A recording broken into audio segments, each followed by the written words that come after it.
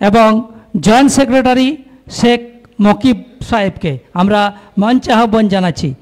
সেই সঙ্গে আর এক বিশিষ্ট সমাজসেবী মোতালিব সাহেবকেও মঞ্চে আসার জন্য আহ্বান জানাচ্ছি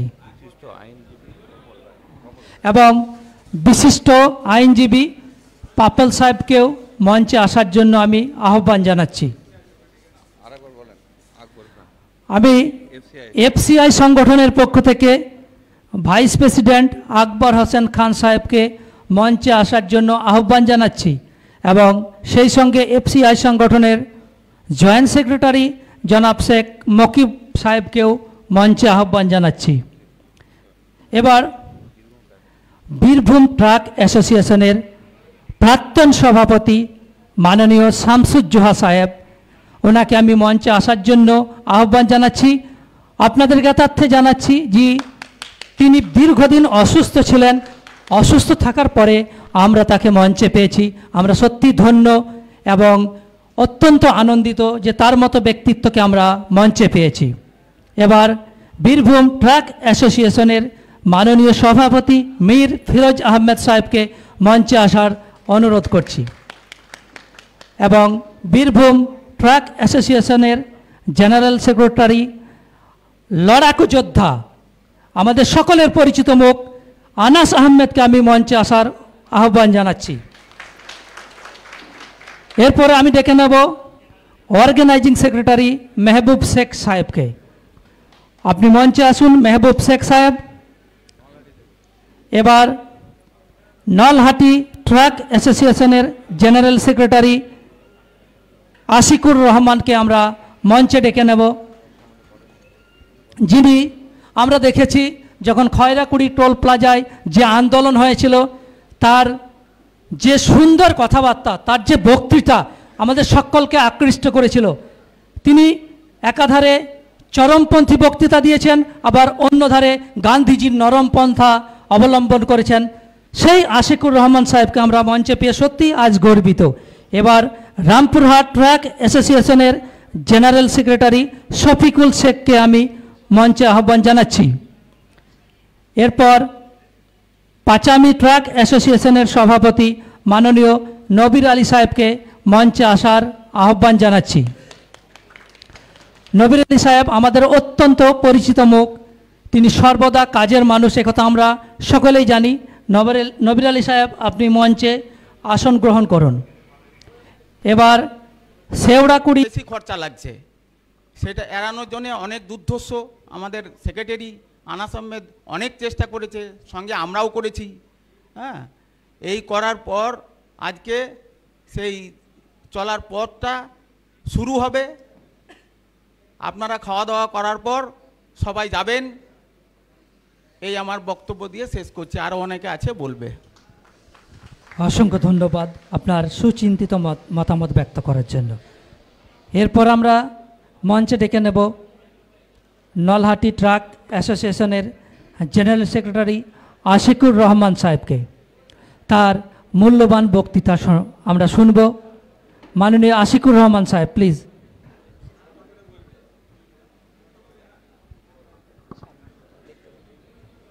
সালাম জানাই আজকের এই সভার সঞ্চালককে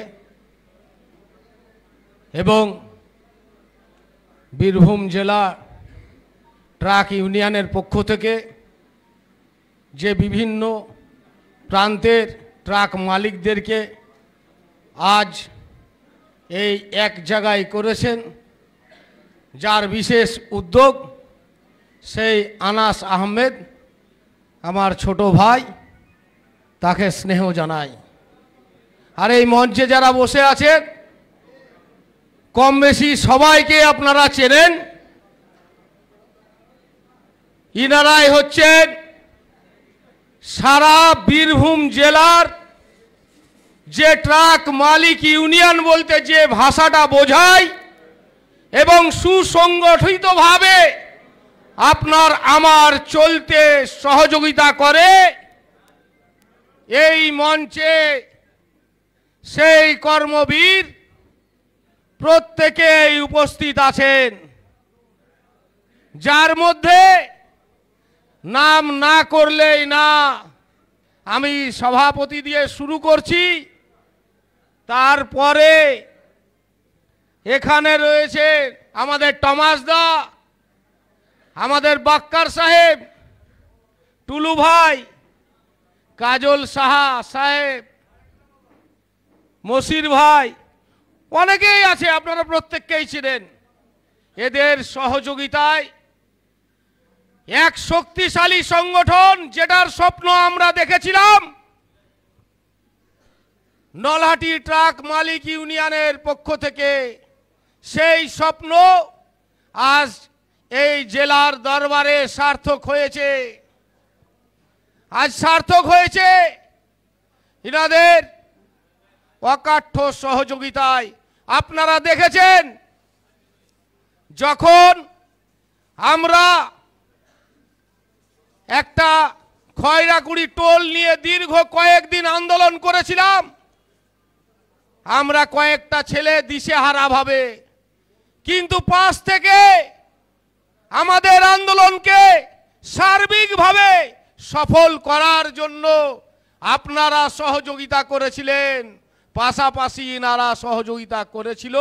তাই পশ্চিম বাংলার বুকে সবচেয়ে দীর্ঘ যে আন্দোলন ট্রাক মালিক ইউনিয়নের, সেটা বীরভূমে সংগঠিত হয়েছিল। আজকের তারিখে আপনার তিলপাড়া ব্রিজে যে সমস্যা, এটা প্রকৃতিগত সমস্যা, তার ফলে গাড়ির মালিক থেকে শুরু করে সর্বস্তরের মানুষ একটু ক্ষতিগ্রস্ত হয়েছে, যার জন্য আমরা ডিএম স্যারের কাছে আবদার ও আবেদন করেছিলাম ধাপে ধাপে।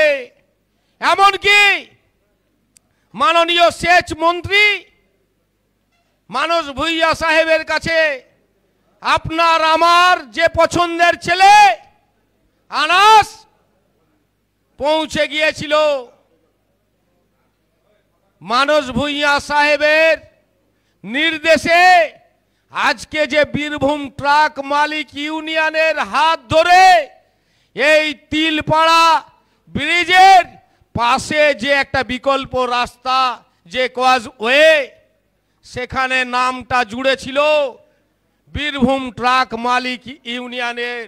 তার একক কৃতিত্ব, যেমন আপনাদের উৎসাহ সহযোগিতা আছে, তেমনি আমি নলহাটি ট্রাক মালিক ইউনিয়নের পক্ষ থেকে মনে করি আনাস আহমেদের যে ধৈর্য, যে বয়সের তরঙ্গ, সেই তরঙ্গ কিন্তু আজ আমাদেরকে একটা সফলতার দিকে এগিয়েছে।